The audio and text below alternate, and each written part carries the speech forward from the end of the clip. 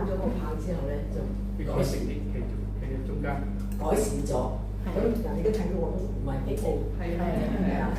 咁咧就首先最緊要咧就碌腳個地。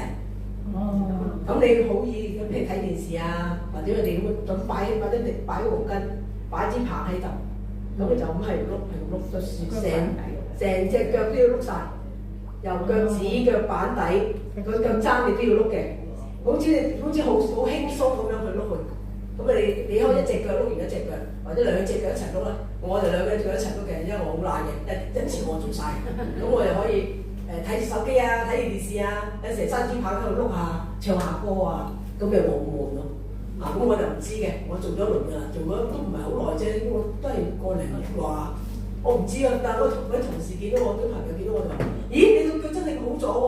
咁我自己望下，係喎，我都覺得好似冇咁 O 喎，即係行路都冇咁攰啊。咁我就即係希望你哋多啲玩下呢個一張床。好。咁啊，感謝先生。感謝嘅。咁嗱，你就咁碌啊？唔係腳趾嗰個。嗱，你可以除咗問腳趾。嗱，全隻腳一齊碌。一齊試。係啦，咁你咪嗰個棒會周圍走嘅。即係唔係前中後啊嘛？唔係㗎，你唔使好輕鬆嘅，你就咁碌。咁你自己控制唔到個棒咧，你一隻腳先。開頭我哋一隻腳嘅，後尾我諗到咦唔係喎，一齊做好喎。咁又快脆喎，你可以慢慢碌，又可以快啲，你自己揾節奏啦，你唔會冇悶嘅。咁你又唔覺㗎啦，玩到咦成我好攰喎，玩咗成半個鐘喎。有時睇成個劇集咧，我都仲喺度碌緊㗎喎，有時攰咗你咪停喺度咯。咁跟住又去啦。咁你唔攰得滯，你又攞上嚟碌下腳啊！